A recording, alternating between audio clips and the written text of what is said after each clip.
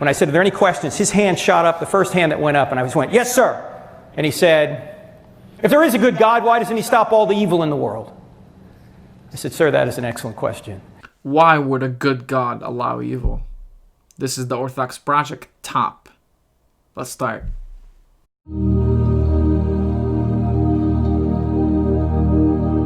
Why are things the way they are? Why is there so much evil and hate and disgusting action going on in the world? Why is there so many disasters going on? Why is there so many injustices happening? Why would a good God allow all of these terrible things to happen? In order to answer that question, we have to first talk about the purpose of our existence. Why did God create us in the first place? Now we're about to jump a little bit from apologetics to theology. So you're going to have to trust me a little bit till we get there and explain all the theology on this channel. But I kind of explained it with a friend of mine on a podcast. If you want to look at it, it's HowToCoptic podcast. I'll link the podcast down below. Okay, it's called Theosis, the purpose of life. And again, it's a little more advanced, but if you don't want to go there, trust me in what I'm about to say. The purpose of our life, the purpose of our existence is to be in unity with God. He created us because He is love. He is the fountain of love. Imagine a fountain of water, but instead of water, it's a fountain of love. And it's overflowing with love, and it's never-ending love. And it's just like a cup, and it just keeps pouring water out and out and out. And that's what the Trinity does. Well, that's what our God does in the Christian concept. Again, God overflows with love, and He wants to share His love with others. That's why He created all His creatures and made us the crown of His creation, and to share His love with us. What does that mean? To be in union with us, a union of love. In order to help us, in order to allow us to love Him back, in order to have this relationship of love, we need to be able to love. He needed to create us in a way that makes us able to love. So we need to understand what love is in order to understand how He created us. Love is a choice. It's not just some chemicals. It's not just some things going on in the brain and all of a sudden, love. No. Sure, when you're feeling a crush on somebody, maybe you're feeling a little bit of an imbalance. And if you're a youth watching me right now, as I know many of you are, again, this happens a lot. And it's, hey, you know this a lot more than me. You're living it, okay? But at the same time, that's not love. That is just some feelings. What is love? Love is what happens when two people get married, for example. A true marriage is what? Two people committing to each other, to live for each other, to self-sacrifice for each other, to live forever, to spend their entire lives together, living, giving up their own desires for the other. They're signing contracts, right, that says what? I am owned by her and she is owned by me, meaning what? Doesn't mean that we are slaves of each other, but actually kind of in a way it means voluntarily submitting and being slaves of each other voluntarily. I'm self-sacrificing. That's what the Lord did on the cross, and that's what love is. And if anybody starts questioning this idea and tells you, hey, no, love is a chemical imbalance, or love is just some chemicals in you interacting with each other, all you need to tell them is what? Hey, love really is just some chemicals interacting? All right, try that with your wife. When you or she cheats on you, what are you going to tell her? Why did you cheat on me? Oh, I'm sorry. It was just some chemicals. I had the chemicals today, so all the chemicals lined up, so I had to cheat today. It's not my fault. Is that a reasonable answer? Some chemicals just happened to be with me today, so I had to cheat? No, you have a choice to cheat because you also have a choice to love. And love, again, is a choice you make. With love, of course, comes all the emotions and the amazing biology that God created us in, right? But that doesn't mean that love is just some chemicals. Love must be a choice. something I want to do and I go and do. We're talking now about not about crushes or lust. We're talking about love, commitment, right? Love the way God intended it to be, which is self-sacrificing love. In order to be able to love, God needed to create us with the ability not to love, because love is a choice. And if love is a choice, we need to have choices. Therefore, God created us with free will, with the ability to choose either to love Him back, or not to love and to not love Him back. Because again, if we are going to truly spend eternity loving Him just like He loves us, again, we need to choose voluntarily to love Him. And He can't create us truly being able to love unless we have choices. We are free to do whatever we want. We eventually either choose Him or reject Him, but we have the choice. C.S. Lewis has a very nice quote about this. Let's read together. Some people think they can imagine a creature which was free but had no possibility of doing wrong. But I can't. If a thing is free to do good, it's also free to be bad. And free will is what has made evil possible. Why then did God give them, Adam and Eve, free will? Because free will, though it makes evil possible, is also the only thing that makes possible any love or goodness or joy worth having. A world of just machines, right? A world of creatures that worked like machines would hardly be worth creating. The happiness which God designs for His higher creatures is the happiness of being freely, voluntarily united with Him. That's a quote from Mere Christianity. Another quote: the better stuff a creature is made of, the cleverer and the stronger and freer it is, then the better it will be if it goes right. If the creature actually does love back, right? If it goes right, but also the worse it will be if it goes wrong. That's why evil exists, okay? God wants us to have this ability to truly love for eternity and love and enjoy love forever. But in order to give us that ability, He needs to give us free choice. And when we have free choices, we create evil, okay? So He created the conditions to give us love. But as a consequence, if we misuse that, we are the ones that cause evil. This is like a pass-fail option in college. You opt for pass-fail sometimes, and yes, that could be you avoiding a bad grade in college, but it could also be what's stopping you from a really good grade if you're just taking the class pass-fail. That's why God created our life this way. So we have the potential of getting the A++++ mark, to enjoy Him, to be in union with Him, to be deified, to be His children, partakers of His divine nature in Christ, grafted, enjoying eternity with Him. In order to enjoy and be able to enjoy this A++++ life, if you have the possibility of getting A+, there's also there has to be a possibility of failing. And that's why evil exists. God didn't create evil. But justice will be served. That's another subject for another day. But remember that. Some people though think that they're the ones who should decide everything. That the universe is centered around them. That this question of, hey, why does God allow evil, just proves that there is no God. And actually, with the existence of evil, we actually know that good exists before God exists. What does that mean? Let's go to Dr. Frank Turk and he'll explain more. Let's imagine you go out into the woods. Long trip out into the forest. You're hiking for several hours and you get turned around, you get lost. Your cell phone dies. You don't know how to get home. You know the direction from which you came, but you don't even know where that direction is now. So what you do is you take out a magnetic compass. That's all you have. And you know a magnetic compass is supposed to point to magnetic north. So once you know where north is, you can figure out how to get home, right? But you take out your magnetic compass, and instead of pointing to magnetic north, the compass always points to you.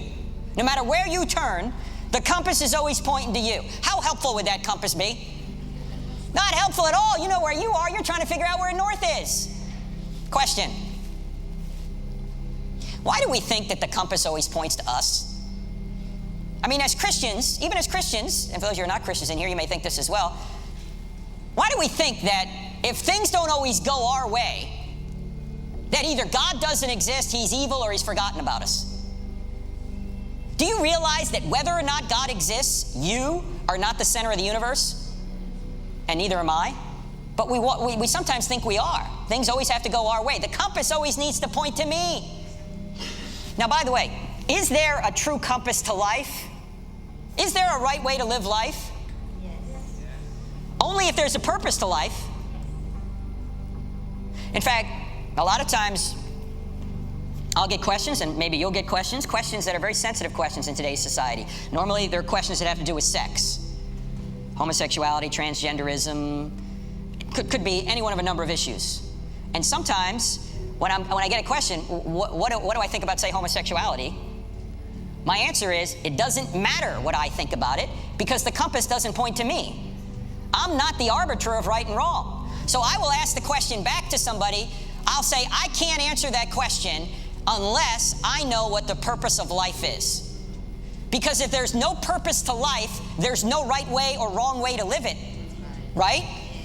There's got to be a purpose. Like, if there was no purpose to a football game, there would be no difference between scoring a goal and not scoring a goal. Because there's no goal to the game. Right? So in order for you to say this is a good play or a bad play, you'd have to have some rules. You'd have to have some purpose to the game. If there's no purpose, there's no right or wrong, there's no right way to live it. So the question here is there a purpose to life, and is there a right way to live it? And when it comes to a compass, is there a true moral compass? Is there a right way to live life? Where does the moral compass point? Let me ask you this.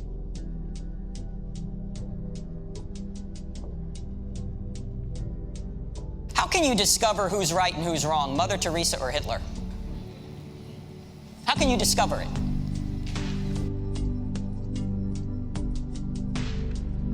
Well, let me ask you this. How do you know which map of Scotland is better? Is it map A or map B? What would you need to see in order to know which map was better? What would you need to see? What evidence? What would you need to see, really?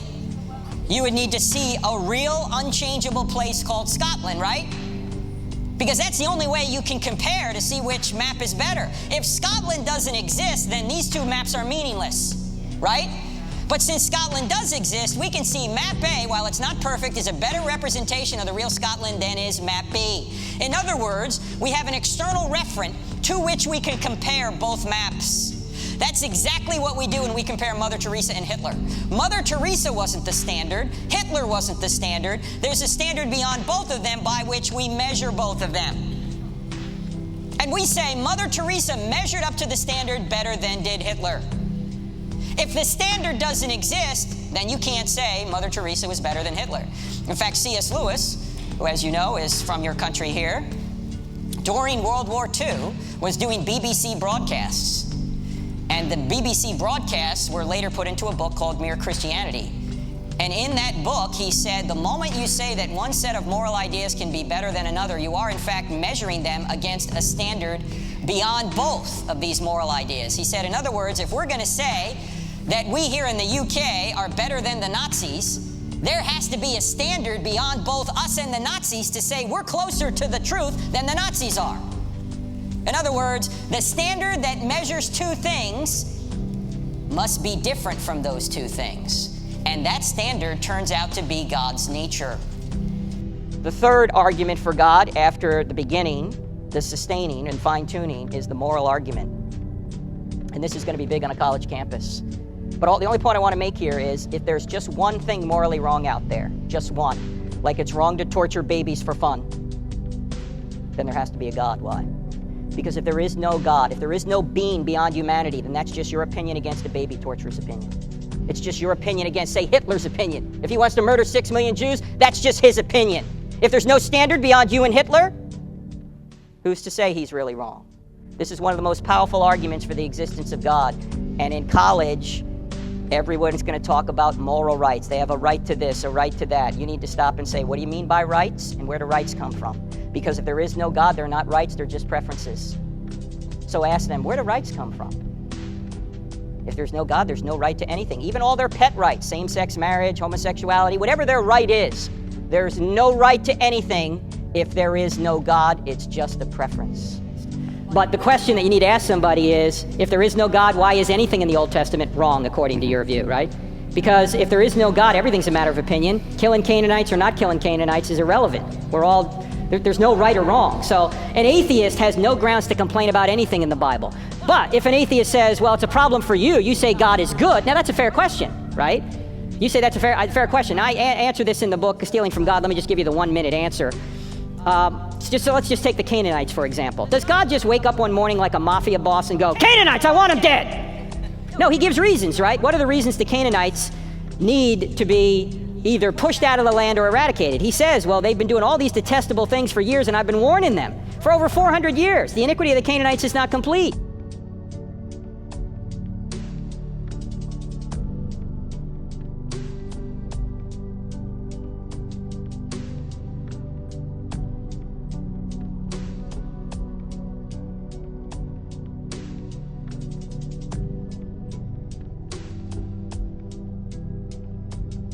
One of the things they were doing is they were sacrificing their children on the molten hot god known as Molech. It was this metal bean that they heated up in fire, and they had this bean had its arms out, and they would put their babies on the arms of this Molech god and just basically watch the baby sizzle. And the drummers would play the drums louder so that parents in the village wouldn't hear the screams of their own kids. And God finally said, well, this needs to end. Now, on every college campus I go to, I have some atheists saying, if there is a good God, why doesn't God stop all the evil in the world? Here's an instance in the Bible where God says, enough of this, I'm going to stop it, and the atheists are complaining about it. Right? A really good resource for this, too, is a guy named Paul Copan. Exactly. He's just brilliant, out of Florida. And he's a philosopher, and he's written a book called Is God a Moral Monster? He's written a sequel that just came out also. So he's kind of addressed this issue in much more depth, and it's a very accessible book. It's called Is God a Moral Monster? And he'll talk about this issue, the fact that God didn't just surprise you, but also he talks about some of the language that's used in the Old Testament. By the way, one other thing about that, you might ask the person who brings up the objection, are you pro-abortion? If they say yes, you might say, why is it that when God kills people in the Old Testament, he's immoral, but when you kill people now, that's a moral right? Is God committing murder by ending lives on earth? When somebody dies, does God murder them? No, God can't murder anyone because he's the creator of life. So when he takes life, that's up to him. He can resurrect life. We can't do that, so we don't have the authority to take innocent human beings' lives, but God does. In fact, if Christianity is true, people don't really die, they just change location, right? They move from one life to the next life. So God has the right to usher people into the next life, whether they are 2 years old or 82 years old. I really recommend Mere Christianity by C.S. Lewis to discuss the subject of evil more in depth. I think it's a really good book.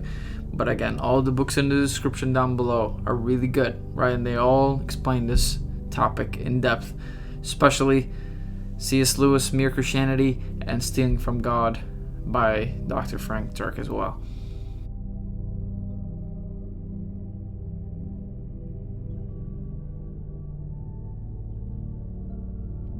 If the police saw a little girl getting raped and had the power to stop it, sat there and watched, and after the rapist was done, they took him to jail, would that be a moral or immoral action by the police? Immoral, obviously. Okay, so why is it not immoral for God to do the exact same thing? Okay, good question. Because if you have an opportunity to stop evil and you don't do it, in this situation you're a police officer and you see something going on and you don't stop it, then you're criminally negligent, right? What about God? Well, since God can see the end from the beginning, he can see how sometimes allowing things to occur and let things run their course, he can actually bring good from. Now, we can't always see how God can bring good from these things, but God can. God can redeem it. If God were to stop every aspect of evil that anybody wanted to do, this would not be a moral world, would it? No, it wouldn't. It would be a trivial world. I try and stab you and God stops me. Well, then I don't have the free will to stab you, do I? No. So it's an excellent question, and philosophical answer that I'm giving here isn't going to do anything for somebody that just experienced that, right? Yeah. There's two answers to a question like this. One is the philosophical answer, and the other is the pastoral answer. I'm the philosopher. I'm not the pastor. I'm not the right one to answer a question like that in a comforting way, because that's just not my makeup. What happened when Job went through all his difficulties? Well, a lot of his friends came and gave him lectures, right? Did that help? No. He didn't need a lecture. He just needed their presence. A friend of mine, a pastor you may know by the name of Rick Warren, lost his son to suicide. And a lot of people would come to him, and they would say the most insensitive things because they just didn't know what to say, right? And he said, all I wanted were people's presence. If you know somebody who's experiencing a tragedy, you don't have to say anything. All you need to do is go there and be there with them. Some of Job's friends were like that. They just sat there with him, right? Others tried to give him lectures. So there's no philosophical argument that's going to satisfy that emotional need of somebody. However, it still is true that God can allow evil to occur and bring good from it. In fact, the ultimate evil that occurred was the evil done to the only truly innocent human being in the history of the world, and that was Jesus. He allowed his own son to be brutally murdered so he could bring a greater good. What's the greater good? That the rest of us who have done evil won't be punished for what we've done if we trust in what he's done for us. Hey, but he wouldn't be omnibenevolent then. No, because he allowed evil. He is omnibenevolent when he allows evil, because he knows he can bring a greater good from it. Let me give you an example of this. This is an excellent question. The problem is with this kind of Q&A, we've got just a couple of minutes, so I can't go into all the details. We have a whole chapter in the book, Stealing from God, on this. But let me just tell you what happened in Michigan State about 10 years ago. I had an atheist during the presentation. I knew he was pretty adamantly an atheist. Why? Because he sat there through the entire 2-hour presentation like this. He didn't crack a smile once. And I had some pretty good jokes in there. Okay? Anyway, when the time came along, when I said, are there any questions, his hand shot up, the first hand that went up, and I went, yes, sir. And he said, if there is a good God, why doesn't he stop all the evil in the world? I said, sir, that is an excellent question. Maybe because if he did, he might start with you and me, because we do evil every day. You ever notice that when we ask God to stop evil, we're always asking him to stop somebody else? We never say, stop me, God. Stop him, stop her. If God wanted to stop all the evil in the world, he could right now, but he'd take all our free will away, or he'd take us out. So God allows evil to occur because he can redeem it. Now, I don't have time to tell you the whole story at Michigan State, but this went on for like 15 minutes. And toward the end of it, there was a guy sitting about 10 feet from this atheist. And he raised his hand, and I pointed at him. I said, yes, sir. He said, God can bring evil from good, or can bring good from evil. And I said, why? And he said, I know of a woman who was raped, and the rape nearly destroyed her. She actually became pregnant as a result of this rape. His voice began to crack. And he said, but this woman decided that she was not going to punish the baby for the sin of the father. So she decided to bring this baby to term. By this time, he's crying in front of everybody.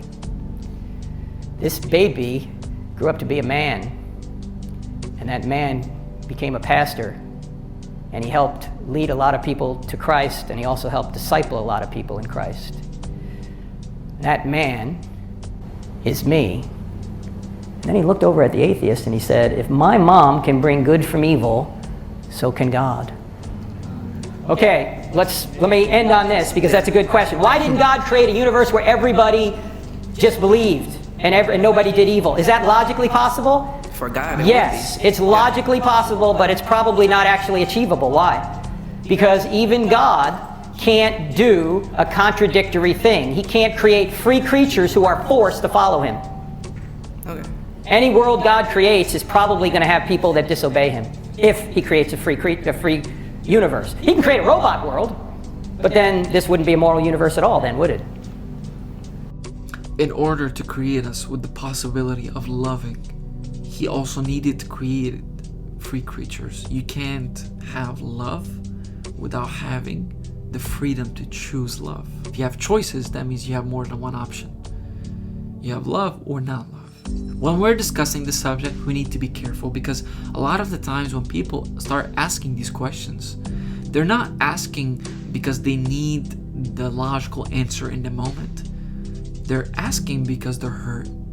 They've went through something hard, something difficult, something they're struggling with. That's why sometimes it's better to be silent and to be close to people and to be there for them, rather than to lecture them in their time of distress. We should talk about this and go through the logic of all of what we just discussed today and explain to them this is just a natural consequence of the world we live in today, right? The world is a fallen place and evil exists. The world is a fallen place because, again, we chose not to love. We're the cause that caused the world to fall. Yes, God created the conditions that made us able to love, therefore, again, give us the ability also to not choose love. But we're the ones that chose not to love, and chose, when I say chose not to love, that means they chose not to follow God, and therefore the world fell. And again, we caused, yes, the evil, but sometimes when we're having these difficult conversations, people don't need to hear that when they're in the middle of very hard distress. Let's wait for the right moment. Let's pray for the right moment. Let's not just debate all the time. Let's wait till God opens the door. If we're truly Christian, if we're truly representing our God correctly, people will know already that we know the answers, and they will come and they will reach out to us if they know that we're open and we're loving to them. Love, remember this, love. When we love people, that opens the doors of the heart, and then truth will convict them. Truth will convince them. Truth and love together will bring them in, because truth and love is one person, as we'll discuss later.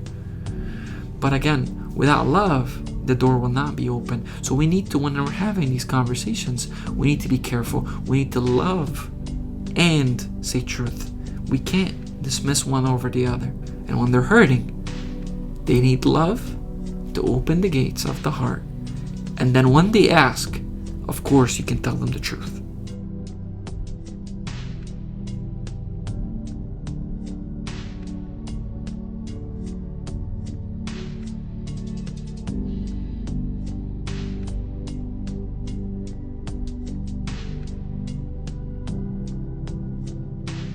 This is the Orthodox Project. Top. See you next time.